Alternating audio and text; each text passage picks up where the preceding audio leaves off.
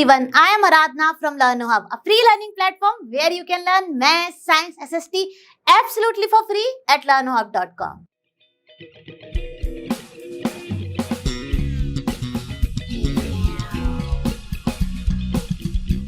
बच्चों, आज हम करेंगे अपने chapter number 5 understanding elementary shapes की एक्सरसाइज 5.1, 5.2 एंड 5.3। तो देर किस बात की है, आप भी अपनी नोटबुक और पेन लेकर रेडी हो जाइए और मेरे साथ साथ सॉल्व कीजिए।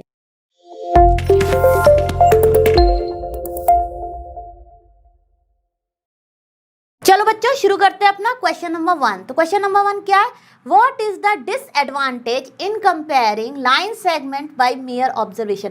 अब देखिए, कभी कभी क्या होता है, हमें कोई लाइन सेगमेंट दिया हुआ है, उसे हम जस्ट रूलर रख के मेजर कर लेते हैं और जस्ट अप्रॉक्सीमेटली देख लेते हैं कि कहाँ उसका एंडिंग पॉइंट है, कहाँ उसका बिगनिंग पॉइंट है, और उनके बीच की लेंथ को देख लेते हैं। अब ये केवल हम ऑब्जर्वेशन करके कर रहे हैं, राइट? तो कभी कभी क्या होता है, हम किस पर्टिकुलर डायरेक्शन से देख रहे हैं, या इन हरी भरी हमारा पेंसिल का पॉइंटर सही नहीं है, थोड़ा सा ब्लंट है, स्मूथ हमने उसको शार्प नहीं किया, तो उस चक्कर में क्या होता है ना, हमारी ऑब्जर्वेशन जो हो सकती है वो रॉन्ग हो सकती है। तो क्या करते हैं हम, अवॉइड करने के लिए हम डिवाइडर यूज़ करते हैं। हम डिवाइडर से जब भी मेज़र करते हैं अपने लाइन सेगमेंट को, तो उसकी जो नीडल्स होती हैं बहुत पॉइंटेड होती हैं और वो हमें देती हैं accuracy in measuring the line segment. तो इसीलिए हमें सिर्फ ऑब्जर्वेशन से, मतलब रूलर को रख के फटाफट मेजरमेंट नहीं करना चाहिए, हमें यूज़ करना चाहिए अपना इंस्ट्रूमेंट डिवाइडर, और उसी से हमको करनी चाहिए हमेशा मेजर अपनी लाइन सेगमेंट की लेंथ। तो आई होप आपको ये क्लियर हुआ होगा। अब हम चलते हैं अपने नेक्स्ट क्वेश्चन पर। चलो बच्चों, शुरू करते हैं अपना क्वेश्चन नंबर 2। तो क्वेश्चन नंबर 2 क्या कह रहा है? Why is it better to use a divider than a ruler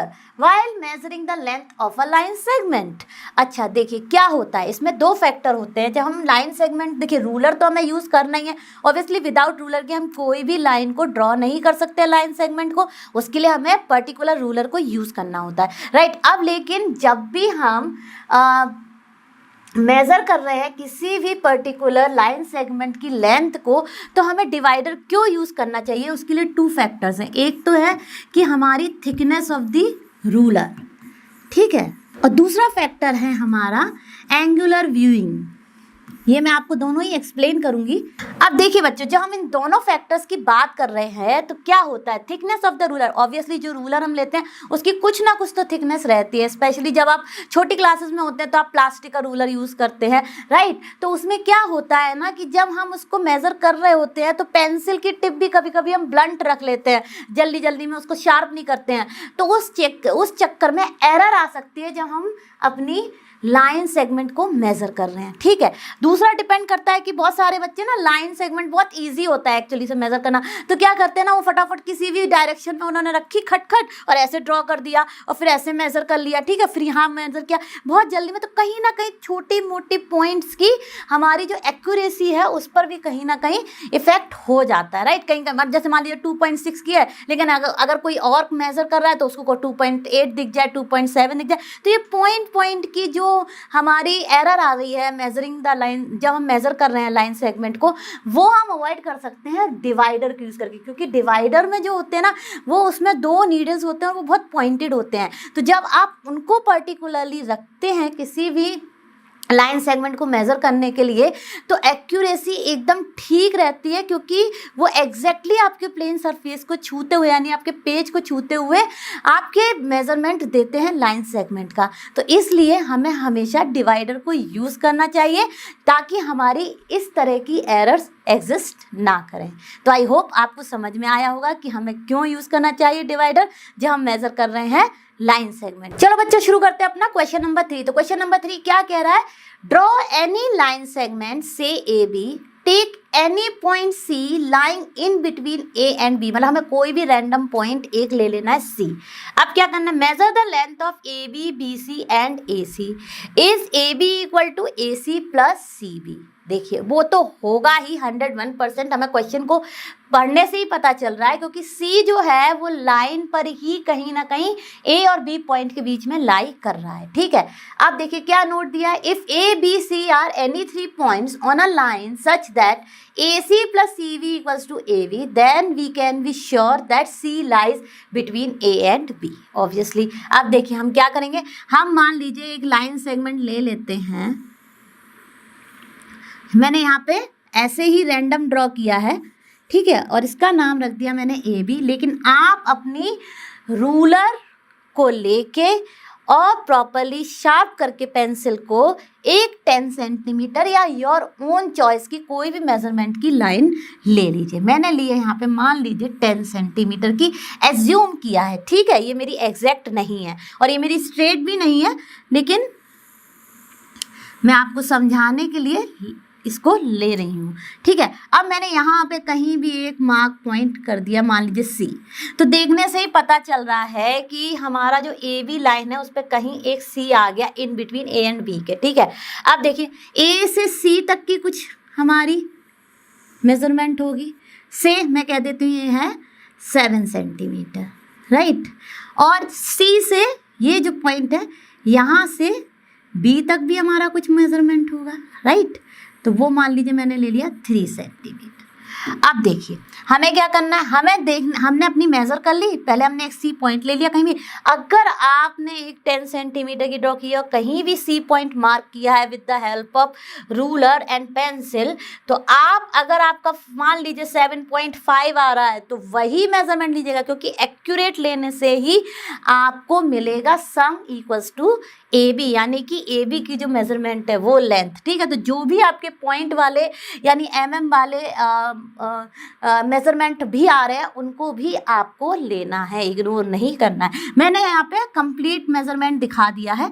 ठीक है, अब देखिए ये जो है, अब हमारी ए बी जो है ऑब्वियसली कहीं ना कहीं ए सी प्लस सी बी का ही कॉम्बिनेशन होगी, क्योंकि सी क्या है वो कहीं ना कहीं हमारे ए बी को ही 2 पार्ट में डिवाइड कर रहा है, ए सी एंड सी बी में, राइट। तो सी बी प्लस ए सी जो है वो हमारा ए बी ही आएगा। अब देखिए ये हो गया मान लीजिए 7 सेंटीमीटर और ये हमने मेज़र किया था अपना 3 सेंटीमीटर, तो ये आ गया हमारा इक्वल टू 10 सेंटीमीटर जो कि है ए बी, राइट। तो देखिए हम लिख सकते हैं yes, because A B is equals to A C plus C B, hence point C lies on line A B. बहुत ही सिंपल था, कुछ करना ही नहीं था इसमें, क्योंकि हमें केवल देखना था कि अगर हम कोई भी पॉइंट रैंडमली अपनी लाइन सेगमेंट पर ड्रॉ करते हैं या मार्क करते हैं तो डेफिनेटली जो वो पॉइंट लाइन सेगमेंट को डिवाइड कर रहा है वो दोनों लाइन सेगमेंट का जब हम मेजरमेंट लेंगे तो वो हमारा आएगा इक्वल टू जो कंप्लीट लाइन सेगमेंट है उसके बराबर, राइट। तो आई होप आपको ये अच्छे से क्लियर हुआ होगा और हम चलते हैं अपने नेक्स्ट क्वेश्चन पर। चलो बच्चों शुरू करते हैं अपना क्वेश्चन नंबर 4। तो क्वेश्चन नंबर 4 क्या है, if A B C are 3 points on a line such that A B equals to 5 centimetre, B C equals to 3 centimetre and A C equals to 8 centimetre, which one of them lies between the other 2। बहुत ही आसान है, देखिए देखने से ही पता चल रहा है कि सबसे ज़्यादा हमारा जो मेज़रमेंट है वो किस लाइन सेगमेंट का है, AC का। तो हम ड्रॉ करेंगे अपनी AC with the help of ruler 8 centimetre, जो कि आप सबको आता होगा, तो फटाफट ड्रॉ कर लीजिए। अब ये है हमारी AC। अब हमने यहाँ पर अपने रूलर और डिवाइडर को ही यूज़ करते हुए देख लिया और मार्क कर लिया कि कहाँ पर 5 सेंटीमीटर आ रहा है। ए से लेके मान लीजिए यहाँ कहीं इस पॉइंट पर हमारा आ रहा है 5 सेंटीमीटर। तो हमने यहाँ पर इसको मार्क किया, ठीक है। अब यहाँ से जो है ये B से लेके C तक हमारा आ रहा है मान लीजिए 3 सेंटीमीटर और एनीथिंग पॉइंट वाला ऑल्सो यू कैन टेक। अब definitely when you see this particular line segment which is AC, right, आपको पता चल जाएगा कि जो आपका पॉइंट B है वही इन बिटवीन लाइन कर रहा है और वही दिखा रहा है, यानी कि वही दिखा रहा है इस लाइन AC को 2 पार्ट्स में डिवाइड करता हुआ, यानी कि अब हमारी जो AC है, ठीक है, वो हो जाएगी AB प्लस BC। तो definitely which point is lying in between the line? The point B। तो हम लिखेंगे द पॉइंट B लाइज, हम लिखेंगे lies, the point B lies between the other 2 points, right? The other 2 points क्या है हमारे? A and C। तो देखिए बहुत ही आसान था, ये हमें फटाफट पता चल गया क्योंकि AC ही मैक्सिमम थी, तो डेफिनेटली उसको ही B पॉइंट 2 पार्ट्स में डिवाइड कर रहा होगा। आई होप आपको ये अच्छे से क्लियर हुआ होगा और हम चलते हैं अपने नेक्स्ट क्वेश्चन पर। चलो बच्चों शुरू करते हैं अपना क्वेश्चन नंबर 5। क्वेश्चन नंबर 5 क्या कह रहा है? Verify whether D is the mid point of AG। अब देखिए जब आपको ये लाइन दी गई है तो आप ध्यान से देखिए कि जो हमारा ABCDEFG पॉइंट शुरू हो रहा है वो 1 से हो रहा है, राइट? तो 1 से 7 इज एक्चुअली व्हाट यहाँ 0 है, ठीक है, तो ये भी इंक्लूडेड है, तो एक्चुअली ये 0 से 7 है, लेकिन हमारा जो पॉइंट फर्स्ट पॉइंट जो हमने मार्क किया है वो किया है हमने वन पर्टिकुलर पॉइंट से, राइट? तो वहाँ से लेके यहाँ तक जो है वो एक्चुअली क्या है 6 सेंटीमीटर है, राइट? ये जो पार्ट है ये हम करेंगे सब्ट्रैक्ट, राइट? तो अब देखिए हमको प्रूव करना है जो D है वो मिड पॉइंट ऑफ AG है कि नहीं है। तो AG का मेजरमेंट क्या हो जाएगा? AG जो आएगी वो आएगी, क्योंकि ये ऑलरेडी मार्क है 7 में से जो ये एक्स्ट्रा पार्ट है, क्योंकि यहाँ से यहाँ तक है हमारी AG, यहाँ से यहाँ तक, तो वो हो जाएगी 7 - 1 6 सेंटीमीटर, राइट? अब देखिए हमारा जो D है वो एक्चुअली है कहाँ पर? 4 पर, राइट? तो हमारी D की क्या वैल्यू हो जाएगी? D जो है अगर आप यहाँ से लेंगे AD, तो AD भी हमारी जो आएगी वो होगी, एक्चुअली ये 4 है लेकिन इसमें से -1 हो जाएगा तो वो हो जाएगी 3 सेंटीमीटर। सिमिलरली अब देखिए AG के बीच में अगर D मिड पॉइंट है तो मिड पॉइंट का मतलब क्या होता है कि जो D पॉइंट है वहाँ से जो AD और DG है उनकी इक्वल लेंथ आनी चाहिए। अब DG भी देखिए आप, DG एक्चुअली 4 से शुरू होकर 7 तक जा रही है, लेकिन आप देखेंगे तो 1 2 3 सेंटीमीटर है, तो AG आपका जो DG है उसकी क्या मेजरमेंट हो जाएगी? DG भी हो जाएगी आपकी जो भी ये है उसमें से सब्ट्रैक्ट, राइट? तो एक्चुअली ये दिखा रहा है हमारा 7, लेकिन उसमें से हो जाएगा हमारा -1, राइट? तो देखिए हमारा 1 2 3, तो DG भी हमारा है 3 सेंटीमीटर, राइट? अब देखिए इसको आप ऐसे भी लिख सकते हैं कि 7 - 4, राइट? तो उससे भी आ जाएगी आपकी 3 सेंटीमीटर। अब देखिए अब जब अगर D मिड पॉइंट है तो डेफिनेटली AD और DG जो हैं वो इक्वल लेंथ की आएंगी, क्योंकि मिड पॉइंट जो है वो आपकी गिवन लाइन सेगमेंट को इक्वली डिवाइड करता है। तो देखिए ये हमारी आ गई हैं, तो डेफिनेटली हम लिख देंगे yes D is the mid point of AG, right? बहुत ही आसान था। अब देखिए बच्चों क्या होता है, अब आप हरी भरी में क्यों मैं आपको ये चीज़ बता रही हूँ, आप लोग क्या करेंगे ना, आप लोग इसको 7 सेंटीमीटर ही ले लेंगे और फिर ये देखेंगे कि 7 सेंटीमीटर है, फिर D जो है वो 4 पे मार्क हो रही, तो 4 है और 4 से 7 हमारा 3 है, तो आप कह देंगे नहीं नहीं D नहीं है हमारा मिड पॉइंट। लेकिन तभी यहाँ पर देखिए आपको इस चीज़ पे ध्यान देना है कि यहाँ से ये काउंट तो यहीं से किया गया है, लेकिन जब हमने पॉइंट मार्क किए हैं तो 1 सेंटीमीटर को स्किप करके किए हैं, तो वो हमें बहुत ध्यान रखने की ज़रूरत है। तो देखिए एक्चुअली में D जो है वो मिड पॉइंट है, पर आप सडनली देखेंगे तो आपको नहीं दिखेगा। तो इस बात को ध्यान रखिएगा आगे से कि आपको देखना है कि आपके पॉइंट्स कहाँ से एग्जैक्टली मार्क हुए हैं और उसी के बेसिस पे आपको लेंथ लेनी है मेजर करके, ठीक है? और हम चलते हैं अपने नेक्स्ट क्वेश्चन पर। चलो बच्चों शुरू करते हैं अपना क्वेश्चन नंबर 6। तो क्वेश्चन नंबर 6 क्या कह रहा है? If B is the mid point of line segment AC and C is the mid point of line segment BD, where ABCD lie on the straight line, say YAB is equals to CD, right? अब देखिए हमने एक line draw कर ली, ठीक है, उसको हमने point mark कर दिए अपने B C at D, right? यहाँ पे सारे मार्क कर दिए पॉइंट। अब देखिए क्या कह रहे हैं कि जो हमारा B है वो मिड पॉइंट है AC का, और जो हमारा C है वो मिड पॉइंट है BD का। तो देखिए अगर हमारा B जो है वो AC का मिड पॉइंट है तो इससे क्या आ जाएगा, इससे यानी कि ये इसको इक्वली डिवाइड कर रही है, यानी कि AB जो है वो हो जाएगी हमारे इक्वल टू BC के, दोनों की लेंथ सेम हो जाएंगी, राइट। सिमिलरली अब BD अगर C हमारा जो मिड पॉइंट है BD का, तो इससे क्या हो जाएगा, यानी BC और CD की लेंथ हमारे बराबर हो जाएगी, राइट। तो BC, क्योंकि मिड पॉइंट क्या करता है, मिड पॉइंट डिवाइड करता है हमारी लाइन को इक्वली, राइट। तो देखिए ये हो जाएगा हमारा BC इक्वल्स टू CD। अब देखिए यहाँ से जब हम इन दोनों को इक्वेट करेंगे, ये हो गई हमारी फर्स्ट इक्वेशन, ये हो गई हमारी सेकंड इक्वेशन। तो देखिए जब दोनों को इक्वेट किया तो हमारा आ जाएगा AB equals to CD, right, क्योंकि ये दोनों ना कहीं इन दोनों को कर देंगे, राइट। तो ये हो गया हमारा इक्वल टू दिस।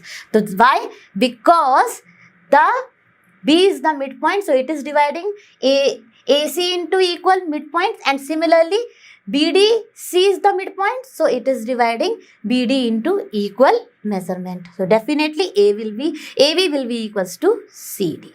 तो बहुत ही इजी था ये, आपको अच्छे से समझ आया होगा। अब हम चलते हैं अपने नेक्स्ट क्वेश्चन पर। चलो बच्चे शुरू करते हैं अपना क्वेश्चन नंबर 7। तो क्वेश्चन नंबर 7 कह रहा है, draw 5 triangles and measure their sides.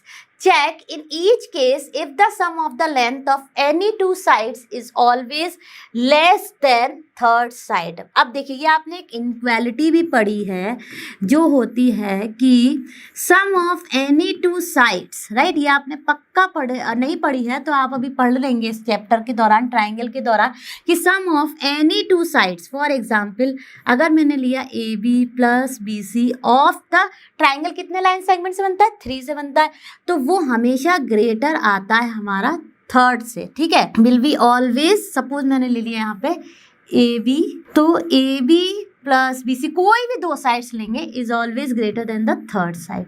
तो हमें यही देखना है। तो हम कोई भी रैंडम अपना ट्राइंगल ड्रॉ कर लेते हैं। मान लीजिए मैंने ड्रॉ कर लिया वैसे जिसमें ये है मान लीजिए 7 सेंटीमीटर, ये है 3 सेंटीमीटर और ये है 5 सेंटीमीटर। अब देखिए मैंने एक ही ड्रॉ किया तो इसमें ही सम, आप देख लीजिए सम ऑफ एनी 2 साइड्स। तो अगर मैं 5 सेंटीमीटर प्लस 3 सेंटीमीटर कर रही हूँ तो ये ग्रेटर आ रहा है मेरा थर्ड साइड। मान लीजिए मैंने इसको कर लिया ABC ही, ठीक है। तो देखिए मैंने किया अपना AB प्लस AC, तो ये ग्रेटर आ रहा है मेरा थर्ड साइड से, आना ही चाहिए, राइट। ये क्या आ रहा है 8 सेंटीमीटर और वो है हमारा ग्रेटर देन 7 सेंटीमीटर। ऐसे आप कोई और 2 साइड लेंगे 5 सेंटीमीटर प्लस 7 सेंटीमीटर, तो ये भी हो जाएगा 12 सेंटीमीटर जो कि हमारे नेक्स्ट थर्ड साइड से ग्रेटर हो जाएगा। ऐसे आप इन 2 को लेंगे तो वो भी ग्रेटर आएगा एंड द थर्ड साइड, ठीक है। तो हमारा ट्राइंगल यही, मतलब हम जब कभी ट्राइंगल की बात करते हैं तो यही इनइक्वालिटी को लेके चलते हैं कि जो सम ऑफ एनी 2 साइड्स है दैट शुड बी, मतलब आना चाहिए वो ज़्यादा हमारा किसी भी अनदर थर्ड साइड से, राइट। तो ये इनइक्वालिटी ही फॉलो होनी चाहिए। तो चलिए एक ये हो गया। अब हम ले लेते हैं एक और ट्राइंगल। हमें 5 करने हैं, मैं आपको 3 करके दिखाऊंगी, 2 आप अपनी चॉइस के लेके कर सकते हैं। तो चलिए एक और ले लेते हैं। ये मैंने मान लीजिए इक्विलैटरल ट्राइंगल है, राइट। इक्विलैटरल ट्राइंगल क्या कहता है, सारी साइड्स इक्वल होती हैं। तो चलिए ये भी मैंने 4 सेंटीमीटर दिखा दी, मैंने रैंडमली ड्रॉ किया है। आप चाहिए तो अपना रूलर और पेंसिल से ड्रॉ कर सकते हैं, ठीक है। अब मैंने ये पॉइंट्स दिखाए दिए। अब देखिए ये इक्विलैटरल ट्राइंगल है तो सारी साइड्स इक्वल है, obviously sum of any 2 sides, यानी कि देख लिया मैंने AB प्लस BC, ठीक है, will be coming greater than AC, right. तो देखिए 8 सेंटीमीटर, तो ये ग्रेटर हो गया हमारा 4 सेंटीमीटर। सिमिलरली आप कोई भी 2 साइड्स लेंगे BC प्लस AC, वो भी ग्रेटर आएगा आपका AB से। अगर आप AC प्लस AB लेंगे यानी कि 4 सेंटीमीटर प्लस 4 सेंटीमीटर, तो वो भी ग्रेटर आएगा आपका BC से, राइट। तो बहुत ही आसान है, आप ऐसे कोई भी आइसोसेलेस ट्राइंगल या इक्विलैटरल ट्राइंगल इनका एग्जाम्पल लेकर देख सकते हैं। इवन आप ले सकते हैं अपना स्केलन ट्राइंगल भी। तो चलिए एक ले लेते हैं हम अपना आइसोसेलेस ट्राइंगल। आइसोसेलेस ट्राइंगल क्या होता है, जिसमें कि हमारी 2 साइड्स इक्वल होती हैं। तो चलिए हमने ले लिया अपना एक आइसोसेलेस ट्राइंगल। मैंने कोशिश की है एक तरीके से आइसोसेलेस ट्राइंगल को ड्रॉ करने की, जो लग नहीं रहा है ये, लेकिन क्या होता है हमारी 2 साइड्स इक्वल होती हैं, ओके, और उनका इंक्लूडिंग एंगल्स। तो चलिए अब देखिए क्या होगा। अब हम यहाँ पे जब अपनी कोई भी दो साइड्स लेंगे, मान लीजिए मैंने इसको मान लिया P, यहाँ P लिख दिया, यहाँ Q और यहाँ पर R, ठीक है। अब देखिए PQ प्लस QR ले लेते हैं तो क्या हो जाएगा 3 सेंटीमीटर प्लस 4 सेंटीमीटर, और जो कि ग्रेटर आ रहा है हमारे PR से, जो कि है 3 सेंटीमीटर, राइट। तभी हमारा ट्राइंगल का कंस्ट्रक्शन या ट्राइंगल पॉसिबल है अगर हमारा sum of any two side should be greater than the third side आता है, ठीक है। तो ये देखिए ये हो गया हमारा ग्रेटर देन 3 साइड। ऐसे ही आप और ले लीजिए। अब आपने ले लिया QR प्लस PR, तो वो क्या हो जाएगा again 4 centimetre plus 3 centimetre is greater than again 3 centimetre. ऐसे ही आप ले सकते हैं PR plus QR, PR plus PQ, तो वो आएगा आपका ग्रेटर देन QR। तो यानी कि हमारे हर कंडीशन में क्या होना चाहिए, यानी जो हमें दिया गया है वो रॉन्ग है। हमने क्या देखा, हैंस हम लिखेंगे hence sum of the length of any two sides is always greater, right. Sides of triangle is always greater than the third side, okay. तो इनइक्वालिटी यही है और यही होना चाहिए। हमने अपने कई सारे ट्राइंगल्स को ड्रॉ करके चेक भी कर लिया।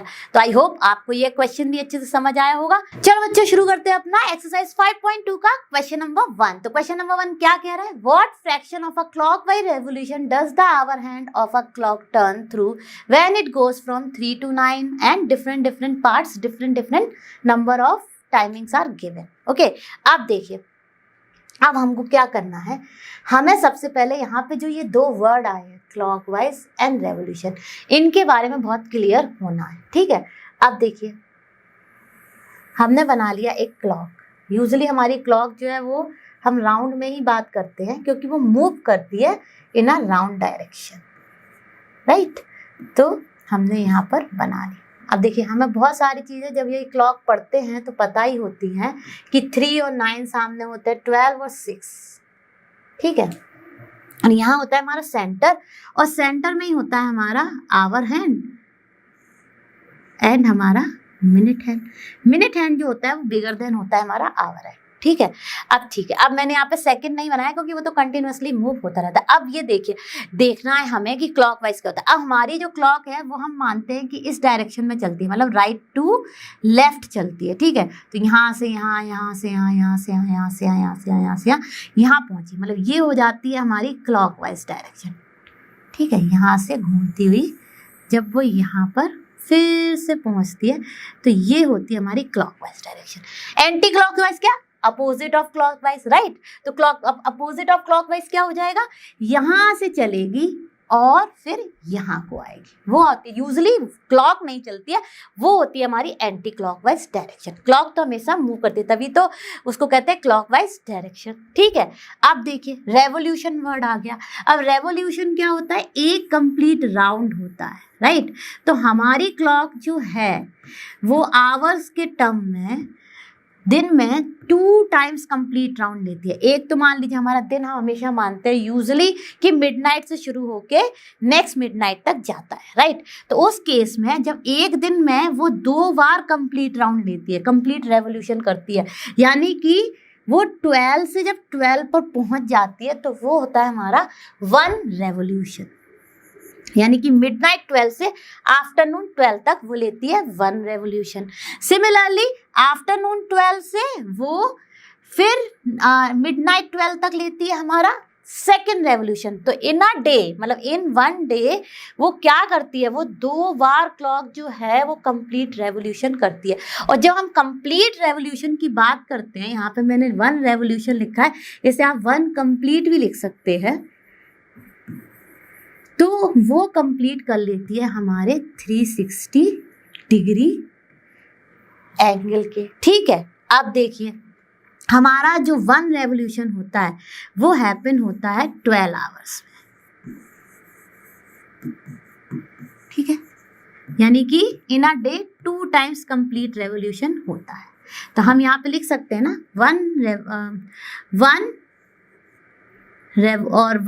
12 आवर्स हम लिख सकते हैं ना 12 आवर्स, हम लिख देंगे यहाँ पे 12 hours equals to 1 revolution, right. अब देखिए जब इक्वल टू 1 रेवोल्यूशन है तो हमारा जो है 1 आवर कितना दिखाएगा, 1/12 रेवोल्यूशन, राइट। ये आ गया हमारा यूनिटरी मेथड से। अब देखिए हमें पता करना है ए पार्ट में कि वो 3 to 9 तक कितना रेवोल्यूशन करता है complete in terms of fraction, right. तो अब देखिए इन टर्म्स ऑफ फ्रैक्शन की जब हम बात करेंगे तो क्या होगा, यहाँ पे हमारा 3, अब 3 से देखिए अगर आप ऐसे भी काउंट करेंगे तो 3 से 4 1 आवर, 5 6 7 8 9, तो ऐसे वो 6 आवर्स चल के गई, यानी 3 से आ गया यहाँ 9 पर, ठीक है। और वैसे भी अगर आप सिंपल कैलकुलेशन करेंगे तो 3 to 9 में हमारा हो जाएगा 9 - 3 6, राइट, 6 आवर्स हो जाएंगे। तो देखिए हमारे 1 आवर में इतना है तो 6 आवर्स में कितना हो जाएगा, 6/12, तो कितना हो गया हमारा 1/2 रेवोल्यूशन। तो यानी जब वो 3 to 9 जाएगा आवर हैंड तो वो कंप्लीट करेगा हमारा half revolution, okay. Half revolution in terms of 360 क्या होगा, 360 डिग्री का हाफ, यानी कि वो करेगा कंप्लीट 180 डिग्री, राइट। तो ये आपको अच्छे से क्लियर हुआ होगा। अब हम चलते हैं अपने बी पार्ट पर। अब देखिए बच्चों हमें करना है अपना 4 to 7। तो अब देखिए हमारी राइट नाउ क्लॉक का जो आवर हैंड है वो है 4 पर, ठीक है। अब 4 से जब वो मूव किया 7, तो देखने से ही समझ में आ रहा है कि उसने कितने आवर्स कंप्लीट किए, 1 2 3, राइट। और एक तरीका और है 4 to 7 है ना बी पार्ट, तो देखिए 4 to 7, तो ये हो जाएगा 7 - 4 इक्वल्स टू कितना हो गया 3 आवर्स। तो अब हमने यहाँ पे ये निकाल ही लिया था कि 1 आवर में, यानी कि 1 आवर में वो कितना है 1/12 रेवोल्यूशन कर रहा है, राइट। तो हमारा 3 आवर्स में कितना हो गया 3/12, जो कि आ जाएगा हमारा 1/4 रेवोल्यूशन, है ना, कितना आसान। यानी इन टर्म्स ऑफ फ्रैक्शंस वो कंप्लीट करेगा 1/4 ऑफ अ रेवोल्यूशन। अब एक रेवोल्यूशन क्या है 360 डिग्री, तो 1/4 कितना हो जाएगा, जब आप इसको 360 को 4 से डिवाइड करेंगे यानी कि वो 90 डिग्री फिनिश करेगा, ठीक है। अब देखिए एक चीज और आपको मैं बताना चाहती हूँ, पर आवर जो हमारा एंगल बनता है हमारे आवर हैंड और मिनट हैंड के बीच में, ठीक है, वो होता है हमारा 30 डिग्री, ठीक है। तो इसी से हमें एक तरीके से पता चल भी जाता है। अब हम चलते हैं अपने नेक्स्ट पार्ट पर। अब नेक्स्ट जो है सी पार्ट, उसमें है हमारा ये 7 to 10।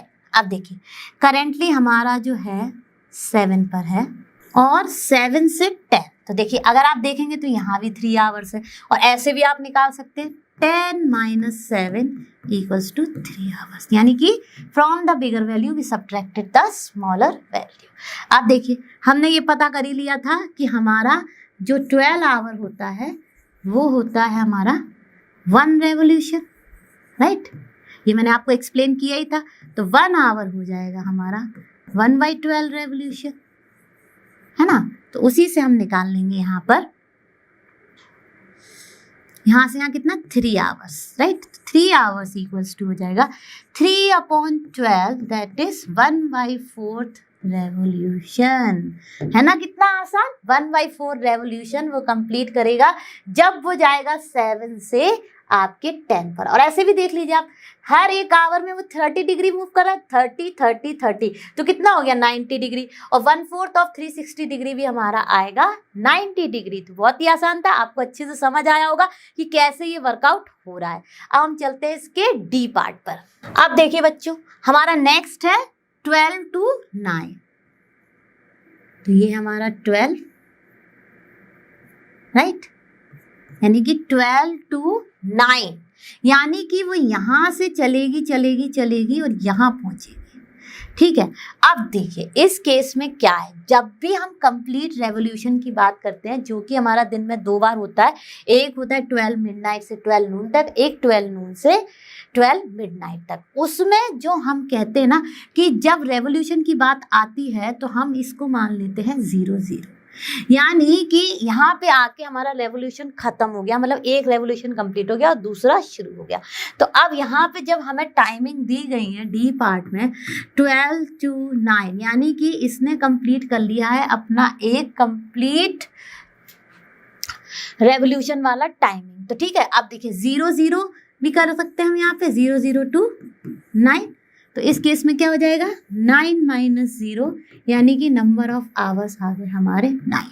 अब देखिए वैसे भी आप देखेंगे तो यहाँ पे देखिए 1 2 3 4 5 6 7 8 9। और आप जब वॉच के बारे में मतलब यानी क्लॉक के बारे में पढ़ते हैं तो आपको ये पता है कि 12 to 6 यानी कि just half of a day, right. तो वो हो जाते हैं हमारे 6 hours, half of the clock that is हो जाते हैं हमारे 6 आवर्स, और यहाँ पे हमारे हो गए ये +3 9 आवर्स। तो ऐसे केस में भी हमारा 9 आवर्स आ गया। अब हमने क्या पता किया था, अब हमने पता किया था कि जो हमारा 1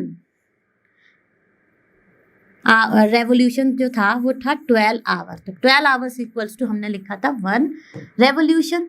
तो हमारा 1 आवर कितना हो गया, 1 आवर हो गया हमारा 1/12 रेवोल्यूशन, राइट। अब हमारे 9 आवर्स हैं तो हम फटाफट अपना 9 आवर्स का देख लेंगे। तो जो कि हो जाएगा 9 × 1/12, जो कि कुछ नहीं 9/12 यूनिटरी मेथड से, और ये आ जाएगा हमारा 3/4 ऑफ अ रेवोल्यूशन। ठीक है, 3/4 ऑफ अ रेवोल्यूशन कितना हो गया हमारा, हो जाएगा 270 डिग्री। ठीक है, वो कैसे आएगा, आपको पता है कि कंप्लीट रेवोल्यूशन में वो 360 डिग्री फिनिश करता है। तो 3/4 कितना हो गया, 3/4 ऑफ 360। जब आप इसको सॉल्व करेंगे तो ये आ जाएगा 270 डिग्री। ठीक है, तो ये तो आपको केवल फ्रैक्शन में पता करना था, तो ये मैंने थोड़ा सा एक्स्ट्रा पार्ट समझा दिया, लेकिन आपका आंसर होना चाहिए केवल 3/4 ऑफ अ रेवोल्यूशन। ठीक है, अब हम चलते हैं अपना नेक्स्ट पार्ट पर, यहाँ पे लिख देंगे ऑफ अ रेवोल्यूशन। अब हम चलते हैं अपने ई पार्ट पर। आप देखिए बच्चों हमारा ई पार्ट में कितना है, अब ई पार्ट में है हमारा 1 to 10। तो फटाफट हम नंबर ऑफ आवर्स पता कर लेंगे, यानी कि 9 आवर्स। ऐसे भी आप देख लीजिए आपका 10 o'clock है, ठीक है, तो यानी कि ये है, ठीक है, और 10 o'clock से वो 1 o'clock से वो 10 o'clock पर पहुंच रही है। तो देखिए यहाँ से चल के यहाँ तक तो कितने आवर्स हो गए, 1 2 3 6 तो यहाँ तक ही हो गए थे, और प्लस यहाँ से देखिए 1 2 3 4, तो राइट। तो ये हो गया हमारा, देखिए कितने आवर्स, 1 2 3 4 5 6 7 8 9, राइट। अब देखिए 9 आवर्स आ गए। अब ये भी कितना हो जाएगा हमारा, 1 हम लिख देंगे 12 hour equals to 1 revolution, right? So 1 hour will be 1/12। ये आपको हमेशा ध्यान ही रखना है एक तरीके से। और फिर उसके बाद आप क्या करेंगे, उसके बाद आप करेंगे अपना 9 आवर्स जो आपने निकाले हैं 1 से 10 के बीच में। तो वो हो जाएगा हमारा 9 आवर्स विल बी 9/12, जो कि हो जाएगा 3/4 रेवोल्यूशन। तो इसका भी सेम वैल्यू आ गया। तो हमें नंबर ऑफ आवर्स पता करने हैं बिटवीन जो भी टाइमिंग्स दी हुई है। ठीक है, अब देखिए अब हमारा एफ पार्ट शुरू करते हैं।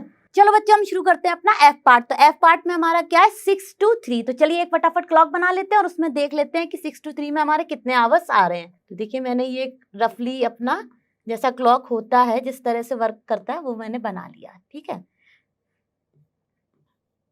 ठीक है। अब देखिए इनके बीच में होगा 1 2 और यहाँ पर हो गया 4 5, यहाँ पर हो गया 7 8 और यहाँ पे 10 11। 6 to 3 की तो आप क्लियरली देख लीजिए, उसने एक तो ये यहाँ तक पूरा चला, तो ये कितने 6 से 12 तक उसके हो गए 6 आवर्स, राइट। यहाँ पे आते ही कंप्लीट हो जाता है हमारा एक रेवोल्यूशन। अगर आप यहाँ से चलते चलते यहाँ पहुँच रहे, ठीक है। तो ये हो गए हमारे 6 आवर्स और फिर उसके बाद हमारे 3 और हैं। तो टोटल इस तरीके से भी हमारे, अगर हम एफ पार्ट में देखें तो ये है हमारा 6 to 3, ठीक है। तो इसमें हमारा ऐसे भी आप अगर क्लॉक के अकॉर्डिंगली करेंगे तो भी हमारे 9 आवर्स आ रहे हैं, और अगर आप इसको वैसे भी कैलकुलेट करेंगे तो देखिए यहाँ तक तो उसने किया अपना कंप्लीट, तो ये हो गए हमारे 12 - 6 यानी कि 6 आवर्स, और उसके बाद वो 3 आवर्स और चला, तो वो हो गया हमारा 6 + 3 9 आवर्स, ठीक है। तो टोटल वो कितना चला 9 आवर्स, ठीक है। 9 आवर्स उसके कंप्लीट हुए। अब हमें पता करना है कि वो क्लॉकवाइज रेवोल्यूशन आवर हैंड का कितना हुआ। तो हमें पता है, ये हमने अभी कैलकुलेट किया था कि 12 आवर्स इक्वल्स टू होता है हमारा 1 रेवोल्यूशन, राइट। तो 1 आवर में हो गया हमारा 1/12 यूनिटरी मेथड से, ठीक है। तो 9 आवर्स में कितना हो जाएगा, 9 आवर्स में हो जाएगा हमारा 9/12, जो कि हो गया, अगर आप 9 से इसको डिवाइड करेंगे, 3 3 = 9, 3 4 = 12, यानी 3/4 ऑफ अ रेवोल्यूशन। बहुत ही आसान था, हमने इसको फटाफट सॉल्व कर लिया, क्योंकि 9 आवर्स थे तो 9/12 से आ गया 3/4 ऑफ अ रेवोल्यूशन। तो आई होप आपको ये सारे पार्ट अच्छे से समझ में आए होंगे। अब हम चलते हैं अपने नेक्स्ट क्वेश्चन पर। चलो बच्चों शुरू करते हैं अपना क्वेश्चन नंबर 2। तो क्वेश्चन नंबर 2 क्या कह रहा है, where will the hand of a clock stop if it starts at 12 and makes half of a revolution clockwise. Okay, फिर हमारे सारे पार्ट से ABCD, तो हम 1 बाय 1 करेंगे। तो इसके लिए आपको सबसे पहले चीज क्या मालूम होनी चाहिए, जो मैंने आपको पहले क्वेश्चन में ही बताई थी, कि हमारा 1 कंप्लीट रेवोल्यूशन जो होता है वो होता है 360 डिग्री, ठीक है। ये तो आपको हमेशा के लिए अपने दिमाग में रखना है, ठीक है। यानी कि दिन में 2 बार क्लॉक कंप्लीट कर लेती है 360 डिग्री, ठीक है। यानी कि मिडनाइट से 12, हम अपने एक दिन को 2 पार्ट में डिवाइड करते हैं, मिडनाइट से आफ्टरनून, आफ्टरनून से मिडनाइट। तो जैसे ही हमारा कंप्लीट होता है 12 मिडनाइट से शुरू होके 12 आफ्टरनून तक, तो वहां हो जाता है हमारा 1 रेवोल्यूशन, और आवर हैंड फिनिश करती है हमारा 360 डिग्री, ठीक है। अब क्या होता है इसके बाद क्या हमें मेन चीज ध्यान रखनी है, वो ये ध्यान रखनी है कि हाफ ऑफ अ रेवोल्यूशन क्या हो जाएगा, हाफ ऑफ अ रेवोल्यूशन हो जाएगा, मतलब जो भी कंप्लीट रेवोल्यूशन है, तो हाफ ऑफ अ रेवोल्यूशन हो जाएगा हाफ ऑफ 360 डिग्री, राइट। तो वो हो जाएगा हमारा 360 डिग्री बाय 2, isn't it? तो ये आ जाएगा 180 डिग्री। मतलब कि हमें ये बताना है कि जब हमारी जो आवर हैंड है वो 12 से शुरू हो रही है, तो हमारा जो आवर हैंड है वो half of a revolution complete करने के बाद कहाँ पर होगा। तो चलिए अब देखिए, सभी को पता है कि half of the revolution 180 degree है, यानी कि जब क्लॉक बनाएगी 180 डिग्री का एंगल, तब होगा हमारा हाफ ऑफ द रेवोल्यूशन, ठीक है। तो ये है, देखिए हमारी सिंपल सी घड़ी, ये 12 है, ये 1 है, ये 2 है, ये तो आप सभी को आती होगी, तो फटाफट आवर से समझ सकते हैं, कुछ इसमें है ही नहीं। हम लोग ने क्लॉक देखना सीख ही लिया है, और क्लॉक हमें ड्रॉ भी करना आता है। तो चलिए हमने फटाफट ड्रॉ कर ली। अब इनिशियली हमारी क्लॉक का जो आवर हैंड है वो है 12 पर। अब देखिए, सभी को पता है कि स्ट्रेट एंगल होता है हमारा, राइट। हाफ ऑफ द जो रेवोल्यूशन 180 डिग्री है वो होता है हमारा स्ट्रेट एंगल। आप देखिए, स्ट्रेट एंगल कब बनेगा, जब आवर हैंड मूव करता करता करता करता यहां से एग्जैक्ट आ जाएगा 6 पर, राइट। तो देखिए क्या होगा जब हमारा 180 डिग्री बनेगा, तो कंप्लीट हाफ रेवोल्यूशन होगा, जो कि 12 के रिस्पेक्ट में है, वो होगा जब वो आएगी 6 o'clock पर, ठीक है।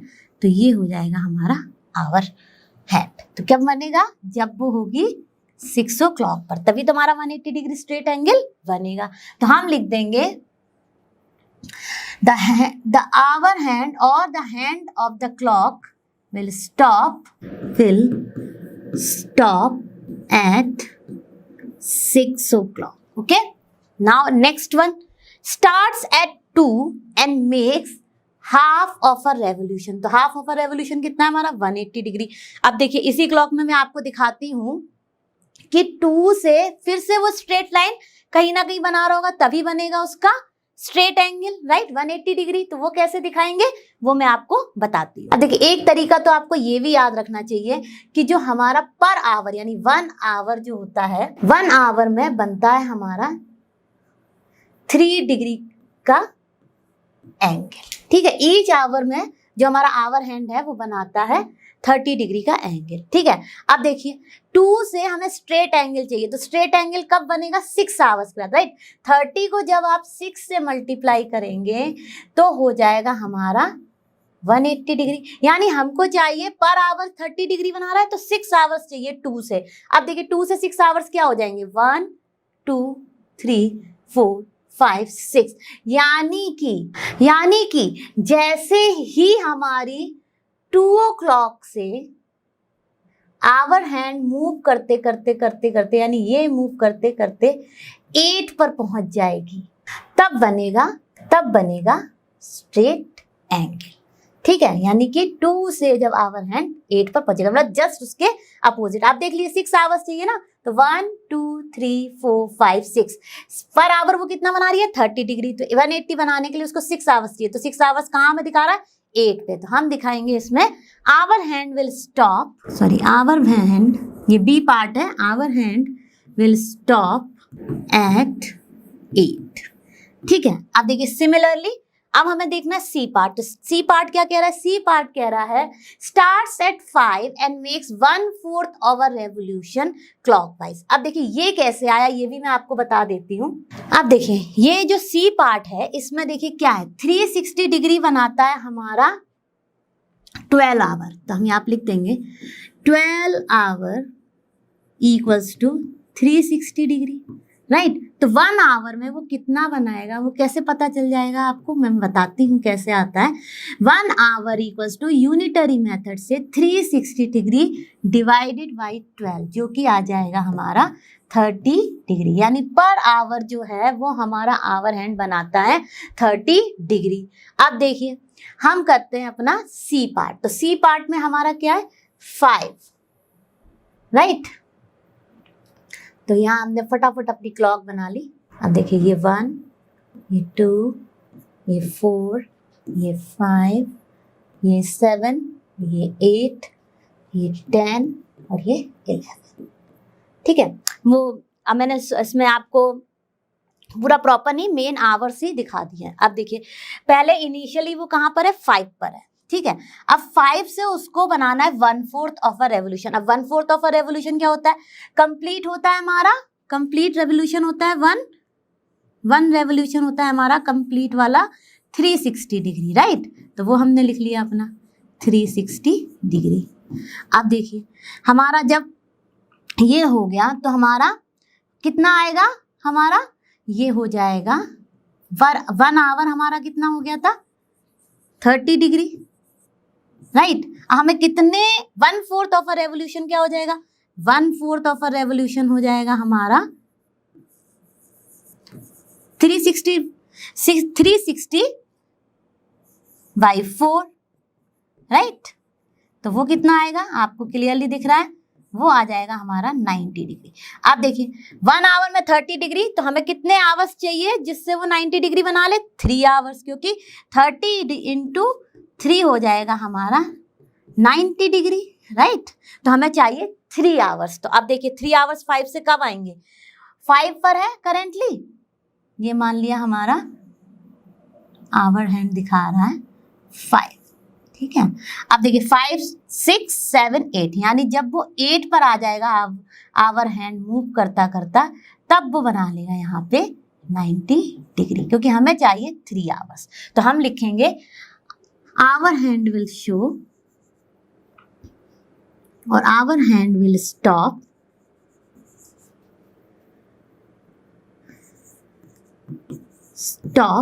एट 8, ठीक है। तो ये हो गया हमारा सी पार्ट। अब करते हैं अपना डी पार्ट। अब देखिए डी पार्ट में क्या दिखा रहा है, starts at 5 and makes 3/4 of a revolution, starts at 5 and makes 3/4 of a revolution clockwise. ये बहुत इंपॉर्टेंट है कि वो क्लॉकवाइज जा रहा है या एंटी क्लॉकवाइज। तो क्लॉकवाइज होता है हमारा ये डायरेक्शन, एंटी क्लॉकवाइज होता है अपोजिट ऑफ जिसमें हमारा minute hand hour hand move रहा है, उसके अपोजिट वाली डायरेक्शन को हम कह देते हैं एंटी क्लॉकवाइज। ठीक है, तो अब देखिए 3/4 ऑफ अ रेवोल्यूशन कितना हो जाएगा, फटाफट फाइंड कर लेते हैं। 3/4 ऑफ अ रेवोल्यूशन हो जाएगा, तो देखिए 3/4 ऑफ अ रेवोल्यूशन हो जाएगा हमारा, मैंने शॉर्ट फॉर्म में लिख दिया रेवोल्यूशन को, 3/4 ऑफ 360 डिग्री, राइट। वो कितना आ जाएगा हमारा, वो आ जाएगा हमारा 270 डिग्री, यानी कि 270। अब हमें 270 बनाने के लिए 3 का कितने बार मल्टीप्लाई, 1 आवर इक्वल्स टू हमारा कितना होता है, 30 डिग्री होता है, राइट। 1 आवर होता है 30 डिग्री, तो हमें कितने आवर्स चाहिए जिससे हमारा 270 डिग्री बन जाए। देखिए 3 9 27, तो हमें 9 आवर्स चाहिए, राइट। 30 डिग्री इंटू 9 बनाएगा हमारा 270 डिग्री। अब देख लेते हैं 5 से हमारे जो है वो 9 आवर्स कब हो रहे हैं। करेंटली कहाँ पर है हमारा, यहाँ पर है, ठीक है, ये और ये। अब देखिए 1 2 3 4 5 6 7 8 9, यानी कि ऐसे भी देख लीजिए 5 + 9 14, राइट, उससे भी आ जाएगा, और 14 होता है हमारा 2, यानी कि जब आवर हैंड मूव करता करता करता करता 1 2 3 4 5 6 7 8 9, यानी कि 2 पर पहुंच जाएगा, यहाँ से मूव करता करता करता करता जब वो यहाँ 2 पर पहुंचेगा तब वो बनाएगा 270 डिग्री, राइट। तो ये तो आपको क्लियर हो ही गया होगा। तो हम क्या बताएंगे यहाँ पे, हम बताएंगे इसका आंसर हो जाएगा hour hand will stop at 2। Okay, तो आई होप आपको ये सारे के सारे पार्ट्स अच्छे से क्लियर हुए होंगे। थे भी बहुत आसान, और मुझे पूरी उम्मीद है कि आपको भी लगे होंगे ये बहुत ही आसान। आप सबने मेरे साथ इनको प्रैक्टिस भी किया होगा, अच्छे से कॉन्सेप्ट को किया होगा क्लियर। जल्द मिलेंगे आपसे नेक्स्ट क्लास में, और आप सभी जानते हैं लर्नो हब फ्री है बट बेस्ट है। Thank you.